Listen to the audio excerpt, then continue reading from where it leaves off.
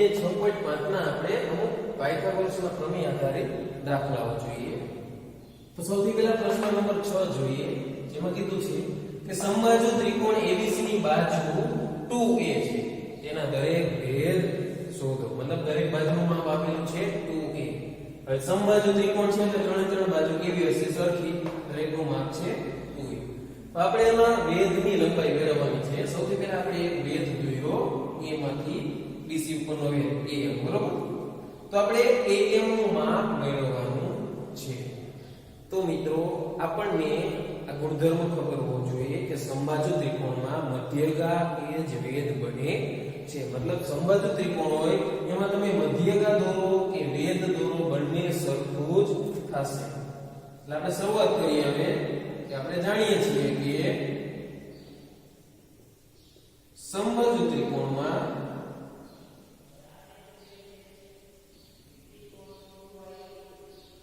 મધ્યગા એ જ ભેદ બને છે. મધ્યગા એ જ ભેદ બને છે. આ ફક્ત સમબાજુ ત્રિકોણમાં જ બનશે. તો અહીંયા આપણે એ ભેદ દોરેલો છે, એ શું બનશે? મધ્યગા. એટલે એ મધ્યગા પણ છે અને ભેદ પણ છે. જો એ મધ્યગા હોય તો BC ના બે સરખા ભાગ કરે, બરોબર? એટલે BM અને CM બંને કેવા હશે? સરખા ભાગ હશે. એટલે કે BC કરતા અડધા હશે, બરોબર? કે માટે BM નું માપ કેટલું હશે? તો કે BC કરતા અડધું. તો BC નું માપ છે 2a, એના કરતા અડધું એટલે a. એનો મતલબ કે BM નું માપ મળે છે a, બરોબર? તો આ બાજુ a અને આ બાજુ પણ a હશે. હવે આપણે અહીંયા જોઈ શકીએ કે ત્રિકોણ AMD માં ખૂણો m કાટખૂણો છે. તો આપણે ત્રિકોણ AMD માં પાયથાગોરસનો પ્રમેય લગાડી શકીએ. એટલે ત્રિકોણ AMD માં ખૂણો કયો ખૂણો? m ખૂણો કાટખૂણો છે. એટલે કે ખૂણો m બરાબર 2. માટે પાયથાગોરસના પ્રમેય અનુસાર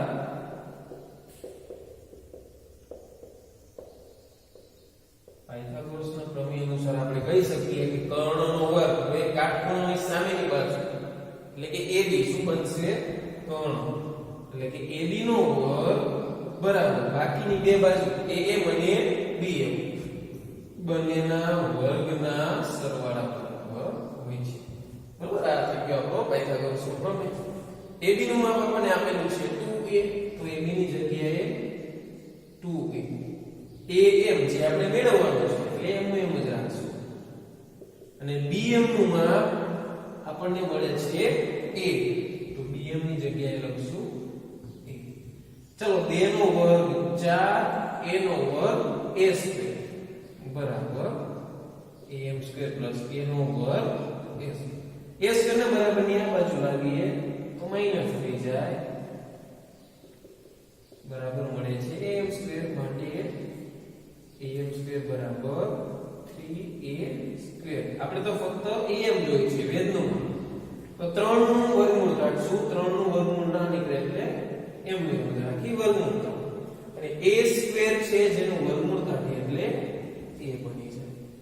તો વેદ am નું માપ આપણને મળે છે વર્ગમૂળ 3a. હવે ત્રિકોણ સમબાજુ છે એટલે દરેક વેદનું માપ સરખું હોય. એટલે દરેક વેદનું માપ કેટલું મળશે? વર્ગમૂળ 3a. માટે આપેલ ત્રિકોણના દરેક વેદનું માપ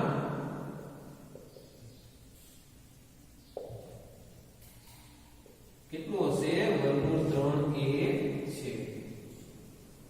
તો અહીંયા દાખલો પૂરો થાય છે. તો આ પ્રકારના દાખલા બહુ એટલે બહુ સહેલા છે પાયથાગોરસના પ્રમેયના, બરોબર? એટલે તમને બધાને આવડે એવા પણ છે. 9મો દાખલો જોઈએ. 10 મીટર લાંબી એક નિસરણી જમીનથી 8 મીટર ઊંચે આવેલી એક બારીને અડકે છે, બરોબર? તો નિસરણીના નીચેના છેડાનું દિવાલના તળિયેથી અંતર શોધો. તો શું કીધું છે કે 8 મીટર ઊંચે એક બારી આવેલી છે, બરોબર? મતલબ આ જમીન છે, જમીનથી 8 મીટર આ બરોબર આ અંતર છે 8 મીટર ઊંચે અહીંયા એક બારી આવેલી છે. અને અહીંયા નિસરણી મૂકેલી છે મારી પાસે જેની લંબાઈ છે 10 મીટર બરોબર તો આપણે નિસરણીના નીચેના છેડા આ છેડાનું દિવાલના તળિયેથી મતલબ આ અંતર મેળવવાનું છે હવે આપણને ખબર છે કે દિવાલ હંમેશા કાટખૂણે ઊભેલી હોય છે એટલે આ ત્રિકોણ છે કેવો બની ગયો કાટકોણ ત્રિકોણ તો પાયથાગોરસનો પ્રમેય લગાડીએ એટલે આપણને BC મળી જાય બરોબર તો આપણે શરૂઆત કરીએ કે આકૃતિમાં AC શું છે નિસરણી છે બરોબર AC નિસરણી છે અને AB છે એ દિવાલ છે તો ત્રિકોણ ABC માં કયો ખૂણો 90 છે B ખૂણો 90 છે બરોબર તો આપણે પાયથાગોરસનો પ્રમેય લગાવી શકીએ એટલે કે પાયથાગોરસના પ્રમેય મુજબ ટૂંકમાં લખી દો પાઠ મુજબ કર્ણ કયો છે AC જેનો વર્ગ કેટલો થાય બાકીની બે બાજુ ના વર્ગના સરવાળો એટલે કે AB વર્ગ વત્તા BC ચલો AC નું માપ આપેલું છે 10 તો AC ની જગ્યાએ 10 મૂકશું 10 નો વર્ગ બરાબર AB જેનું માપ છે 8 એનો વર્ગ વત્તા BC ચલો 10 નો વર્ગ 100 બરાબર 8 નો વર્ગ 64 વત્તા BC સ્ક્વેર 64 ની આપણે આ બાજુ લાવીએ એટલે BC સ્ક્વેર મળશે તો BC સ્ક્વેર બરાબર કેટલા મળશે 100 64 એટલે કે 36 તો BC નો વર્ગ 36 મળે છે તો BC કેટલું મળશે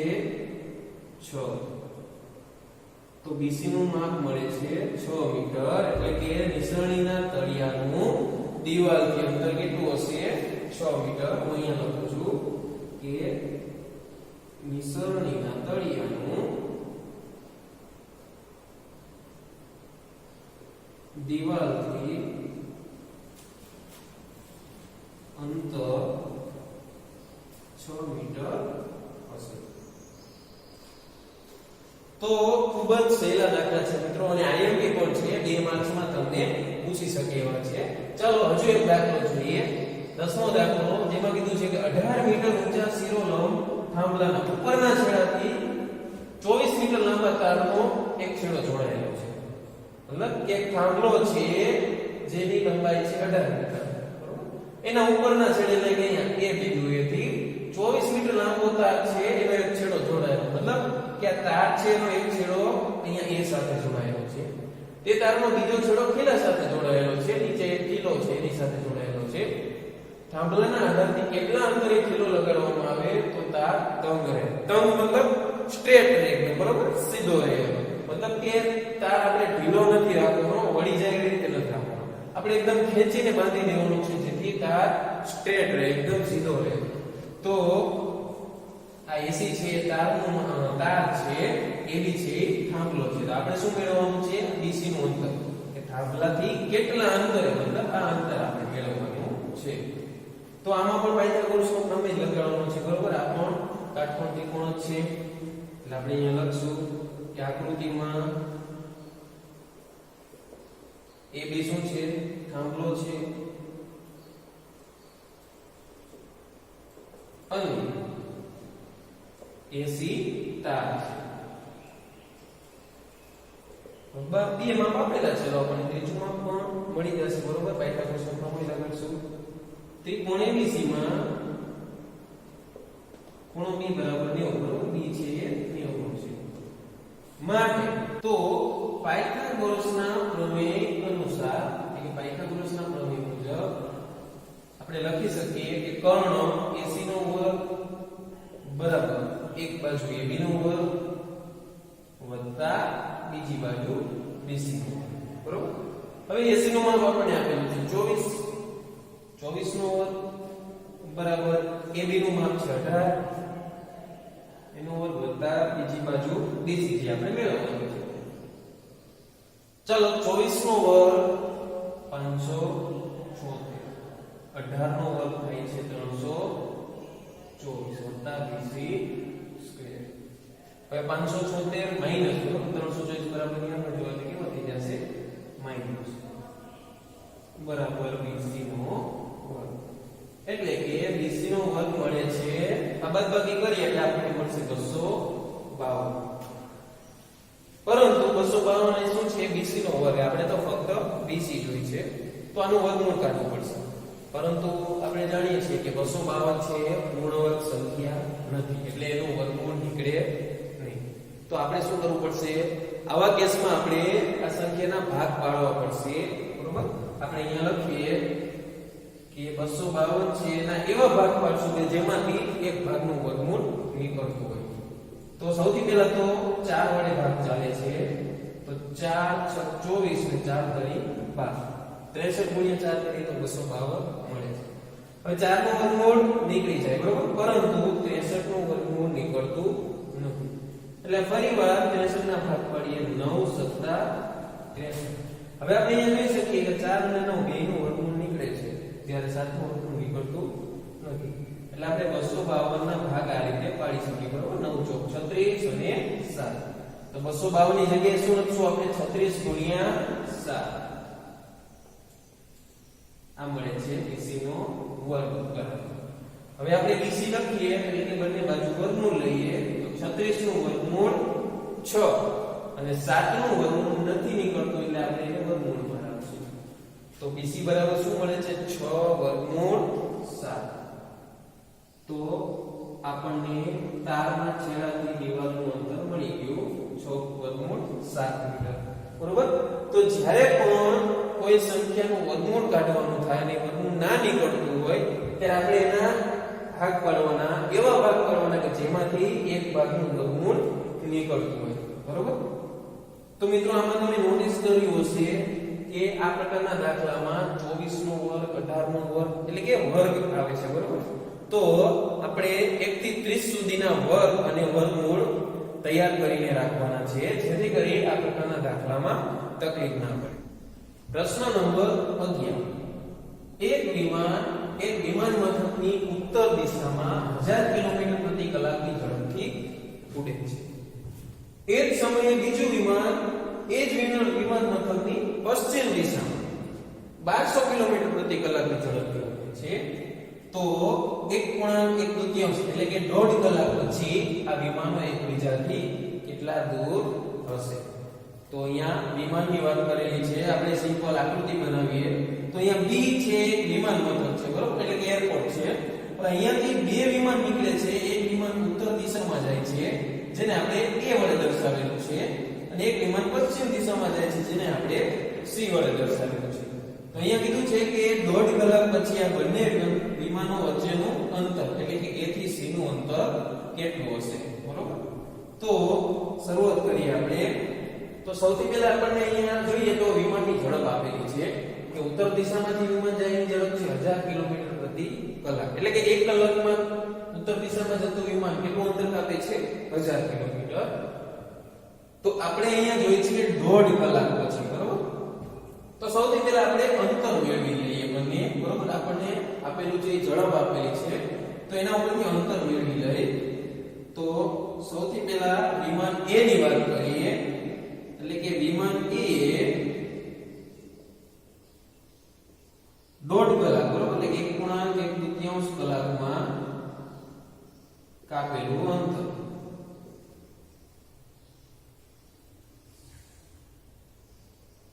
કેટલું અંતર કાપે છે? તો 1 કલાકમાં 1000 કિલોમીટર. તો 1.5 કલાકમાં કેટલું?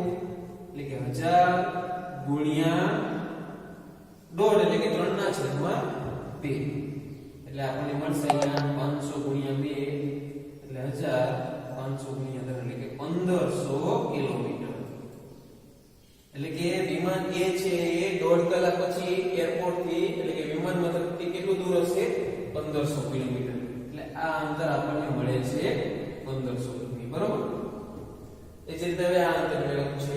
વિમાન B ની વાત કરીએ. વિમાન B એ 1.5 કલાકમાં કાપેલું અંતર.